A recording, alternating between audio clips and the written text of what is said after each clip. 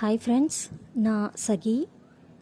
என்னோட இந்த audio recording கேட்குறவங்களுக்கு முதல்ல ரொம்ப தேங்க்ஸ். இதுதான் ஃபஸ்ட் டைம் யூடியூப் சேனல் ஆரம்பித்து இந்த மாதிரி போடுறது.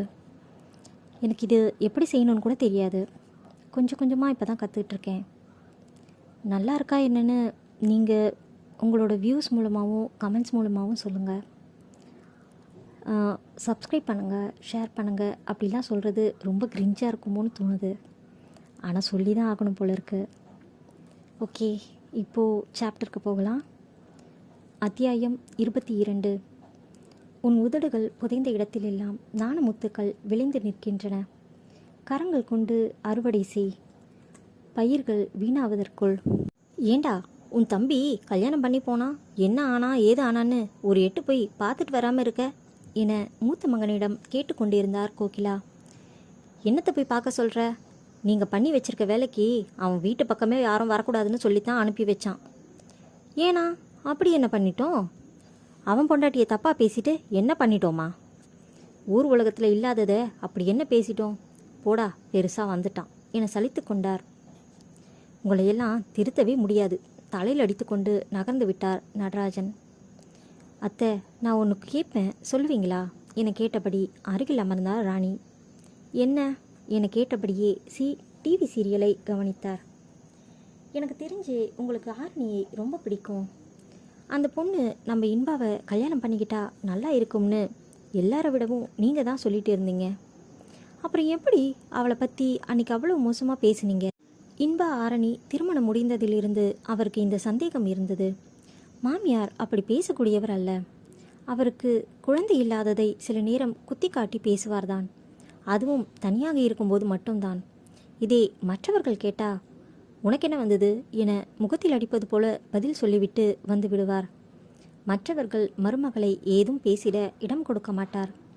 அப்படிப்பட்டவர் எதற்காக ஆரணியை அப்படி பேச வேண்டும் என எண்ணிக்கொண்டே இருந்தார் ராணி. என்ன திடீர்னு இந்த சந்தேகம் உனக்கு? மருமகளை அளவிட்டபடி கேட்டார். எனக்கு என்னமோ நீங்கள் வேணும்னு தான் அப்படி பேசினீங்கன்னு தோணுது. மனதில் உள்ளதை கூறினார் ராணி. ஆமாம், வேணும்னு தான் பேசினேன். அதனால தானே இன்பாவை கல்யாணம் பண்ணிக்கிட்டா. என்னத்தை சொல்கிறீங்க? என்னத்தடி சொல்கிற? இந்த இன்பா பைய அந்த பொண்ணை தான் கல்யாணம் பண்ணுவேன்னு ஒத்த காலில் நின்னான். என்னத்தை சொன்னாலும் அவன் மனசை மாற்ற முடியாது. அந்த பொண்ணு குணத்துக்கு அது இவனை கட்ட மாட்டேன்னு நிற்கிது. இதில் நம்ம தான் அல்லாடிக்கிட்டு இருந்தோம். சரி, ஒரு சந்தர்ப்பம் கிடச்சிது. அந்த பொண்ணை பற்றி ஏதாவது தப்பாக பேசினா பொண்ணு விட்டுடுவான்னு நினச்சேன். அது எப்படி அத்தை இன்பா விட்டுடுன்னு நீங்கள் நினச்சிங்க? ஆமாடி, ஆம்பளைங்க புத்தியே அதுதான். அவனுங்க எப்படி வேணாலும் சுற்றுவானுங்க. ஆனால் அவங்க வீட்டு பொண்ணுங்க மட்டும் ஒழுக்கமாக சுத்தமாக இருக்கணும்னு தான் நினைப்பானுங்க. எல்லா ஆம்பளைங்களுமே அப்படித்தான் என்றார் அனுபவஸ்தராக. ஏன் அத்தை, அதுக்காக ஒரு பொண்ணை பற்றி தப்பாக பேசலாமா என்றார் ராணி ஆதங்கம் அடங்காமல். ஏண்டி, நெருப்பு பழிச்சா அது என்ன உண்மையாகிடுமா? அந்த பொண்ணு நெருப்புன்னு எனக்கும் தெரியும்டி. நான் இந்த பிரச்சனை முடியட்டும்னு தான் அப்படி செஞ்சேன். ஆனால் ஆரணி இன்பாவை கல்யாணம் பண்ணிக்கிறேன்னு கேட்டது நானே எதிர்பார்க்கலடி என்றார். ஆமாம் அத்தை, நான் கூட ஆரணி இன்பாவை கல்யாணம் பண்ணிக்க கேட்கும்னு நினைக்கல என்றார் ராணி. அது தாண்டி சொன்னேனே, இதை எதிர்பார்க்கலன்னு. அவள் கல்யாணம் பண்ணிக்க கேட்டதும் எங்கே இந்த இன்பா வேண்டான்னு சொல்லிடுவானோன்னு இருந்துச்சு. ஆனால் எப்படியோ நல்லபடியாக கல்யாணம் பண்ணிக்கிட்டாங்க என்றார் நிறைவாக. ஏன் அத்தை, நம்ம இன்பா அந்த பொண்ணை பற்றி அன்னைக்கு நடந்த பிரச்சனை பற்றி பேசி சண்டை இழுக்க மாட்டானா என்றார் ராணி கவலையாக. ஏன் ராணி, உன் குழந்தைனை பற்றி நீ புரிஞ்சுக்கிட்டது அவ்வளவுதானா? உசுரா விரும்புகிற ஒருத்தியை பற்றி தப்பாக பேசினதுக்கே அம்மா அக்கான்னு கூட பார்க்காம எவ்வளோ கோபப்பட்டான். அப்படிப்பட்டவன் எப்படி அந்த பொண்ணு தப்பாக நினைப்பான்? நல்லபடியாக வச்சுருப்பான். முன்னெல்லாம் அவளை கண்டாலே ஆகாதுன்னு இருப்பான். ஆனால் என்னென்னு தெரியல, அப்படியே மாறிட்டான். அவன் ஒரு தடவை முடிவு பண்ணது தான். அதான் கேட்டியே உன் புருஷன் சொன்னதை. அவன் பொண்டாட்டியை தப்பாக பேசினதுக்கு நம்மளை வீட்டு பக்கமே வரக்கூடாதுன்னு சொன்னதை. அப்படிப்பட்டவன் எப்படி தானே தப்பாக பேசுவான் என மகனுக்கு அவன் பொண்டாட்டியை பார்த்துக்க தெரியும் என்றார் உறுதியாக. என்னம்மா சொல்கிற நீ? இதெல்லாம் வேணும்னு பண்ணியா என உறைந்து போய் கேள்வி கேட்டாள் ராதிகா. ஆரா தன்னுடன் பேசிவிட்டாள் என்பதை மகிழ்ச்சியாக அன்னையிடம் கூறுவதற்கு வந்திருந்தாள். நீ எப்படி வந்த என அதிராமல் கேட்டு வைத்தார் கோகிலா. நீ பேச ஆரம்பிக்கும் போதே வந்துட்டேன். என்னம்மா நீ இப்படி பண்ணிட்ட? என்னங்கடி எல்லாரும் நான் ஏதோ பிளான் பண்ணி இதெல்லாம் பண்ண மாதிரி சொல்கிறீங்க? அம்மா, நீ பிளான் பண்ணலை, ஆனால் நீ இப்படியெல்லாம் யோசிச்சு தான் பேசினேன்னு அவருக்கு தெரிஞ்சது, அவ்வளவுதான். என்னடி சும்மா பயம் காட்டுற? நான் பேசினதுக்கு ஒரே காரணம்தான். இன்பா அந்த பொண்ணை தொல்லை பண்ணாமல் விட்டுடணும் தான். அது இப்படி நல்ல விதமாக முடிஞ்சு. இப்போ என்ன, அவன் குடும்பம் தானே நடத்துகிறான், என்ன குறைஞ்சி போயிட்டாங்க? இன்றைக்கி வரைக்கும் ஏதாவது பிரச்சனைன்னு கண்ணை கசக்கியிருப்பாளா ஆரணி? அப்புறம் என்னடி, போங்கடி சரிதான் என எழுந்து சென்று விட்டார். என்ன ராதிகா யோசிக்கிற? இல்லை அண்ணி, அம்மா சொல்கிறது எல்லாம் சரிதான். ஆனால் இப்போ கூட அவருக்கு ஆரணி இன்பா கல்யாணம் நடந்ததில் விருப்பம் இல்லை. ஆனால் கல்யாணம் நடந்துருச்சு, அதுக்கு நானும் அம்மாவும் பேசின பேச்சு தான் காரணம்னு அவர் நினைக்கிறாரு. இதில் இன்னொரு விஷயம் என்னென்னா, ஆரா இது வரைக்கும் பிரச்சனைன்னு எதுவும் சொல்லலை. எப்போ என்ன பிரச்சனை வரும்னு எனக்கு பயமாகவே இருக்குது என்ற. நீ எதுக்காக இப்படியெல்லாம் நினைக்கிற ராதிகா? இது வரைக்கும் இல்லாத பிரச்சனை இனி ஏன் வரப்போகுது? அப்படியே வந்தாலும் குடும்பம்னா பிரச்சனை இல்லாமல் இருக்குமா? எந்த குடும்பத்தில் தான் பிரச்சனை இல்லை? அதெல்லாம் வந்த மாதிரியே சரியாகிடும். நீ கவலைப்படாமல் இரு. முதல்ல வா உட்காரு, நான் உனக்கு காஃபி போட்டு எடுத்துகிட்டு வரேன் என அவளை இழுத்து அமர வைத்தவர் எழுந்து காஃபி தயாரிக்க சென்றார். அலுவலகம் வந்தும் மதிய உணவு இடைவேளையில் கணவனையே நினைத்து கொண்டிருந்தாள் ஆரணி. நாளையிலிருந்து நைட் ஷிஃப்ட் என அவள் கூற அவன் முகமே மாறிப்போய்விட்டது. சற்று நேரம் உருண்டு சுற்றி கொண்டிருந்தவனை வழிமறித்து, சந்தேகமா என கேட்டாள். அவள் கேள்வியில் சற்றென முறைத்தவன் அவளை வழியில் இருந்து நகர்த்திவிட்டு இன்னும் கோபமாக வெளியே சென்று விட்டான். அவளுக்கு தெரியும், அப்படி கேட்டால் அவன் கோபம் கொள்வான் என்று. வேண்டுமென்றே சீண்டுவது அவனுக்கு மட்டுமே எழுதி வைக்கப்பட்ட சட்டமா என்ன என நினைத்து கொண்டே கிளம்பினாள். அவளுக்குமே நைட் ஷிஃப்ட் என்பது அவ்வளவாக பிடிக்கவில்லை. ஆனால் வேலைக்கு சேரும்போது ஒத்துக்கொண்டுதான் சேர்ந்தாள். இனி அதை மறுக்க இயலாது என்ற எண்ணத்துடன் வந்தவள் இனி எப்போதும் அவளுக்கு ஜெனரல் ஷிஃப்ட் தான் என்று அறிந்ததும் வெளியே தெரியாமல் உள்ளுக்குள் மகிழ்ந்து போனாள்.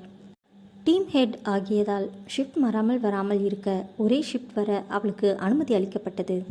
தேவைப்படும் போது ஃபோனில் அல்லது மெயிலில் விவரங்கள் கூறினால் போதும் என்று கூறிவிட்டனர்.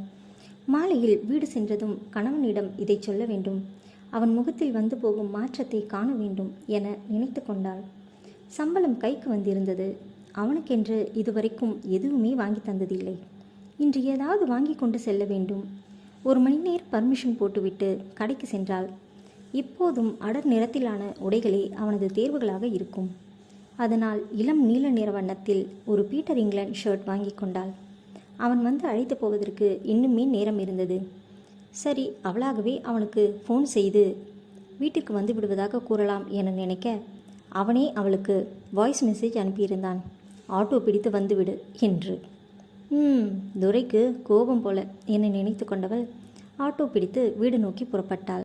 அப்படி என்ன வேலையா சாருக்கு, என்னை கூட்டிகிட்டு போக முடியாத அளவுக்கு என சிரித்து கொண்டவள் ஆட்டோவில் கண்மூடி சாய்ந்து கொள்ள, வெகு நேரமும் ஆட்டோ ஒரே இடத்தில் நிற்பதை உணர்ந்து கண் திறந்து பார்த்தாள். சிக்னல் இல்லாத இடத்தில் வண்டிகள் வரிசை கட்டி நிற்க, என்ன ஆச்சு என ஆட்டோ டிரைவரிடம் கேட்டாள். தெரியலம்மா, முன்னாடி ஏதோ சண்டையா, நம்ம வேற வழி எடுத்து போகலாமா என்றார். சரி போங்க என்றவள் கூறி வந்த வழியே திரும்பி கொஞ்ச தூரம் சென்று வேறு வழியில் வீடு நோக்கி சென்றது ஆட்டோ. ஒரு வழியாக வீடு வந்து சேர எப்போதும் வருவதை விட கூடுதலாக 1/2 மணி நேரம் ஆனது. வரும் வழியில் மட்டும் பிரச்சனை இல்லாமல் இருந்திருந்தால் இன்னுமே சீக்கிரம் வந்திருப்பாள். வாங்கி வந்த பொருட்களை எல்லாம் வைத்துவிட்டு குளிக்க சென்றாள். குளித்துவிட்டு வந்து பார்க்க வெளியே கவின் நின்றிருந்தான். நீ எப்படா வந்த என கதவை திறந்து விட்டாள்.